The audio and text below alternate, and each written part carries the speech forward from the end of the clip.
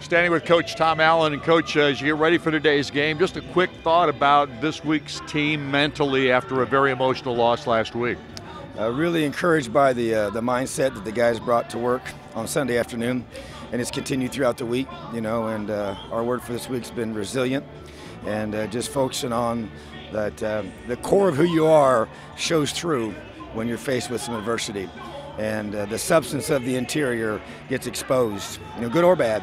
And so I think our guys have had a tremendous week of preparation and worked extremely hard, and our focus here these last couple of days has been encouraging, so we just got to go out and show it out on the field.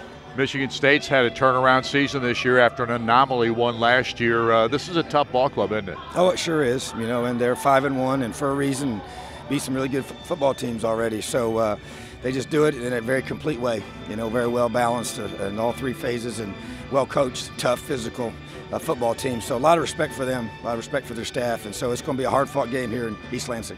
Obviously, last year you were able to beat them in overtime. These two teams match up pretty well, don't they?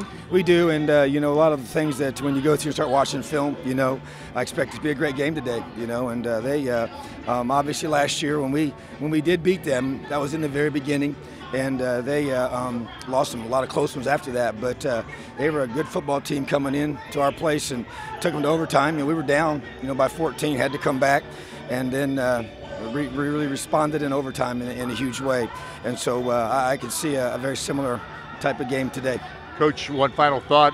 Injuries have taken their toll with your ball club, but it's the next man up mentality, right? Yeah, they have, but it's part of it, and we don't talk about it too much, but Nick's guy on the depth chart has to step up, and that's what's happening, and it's going to happen again today, and that's what happens when you get this part of the season. So we're excited to be here. Best of luck. Thank you so much. Elio.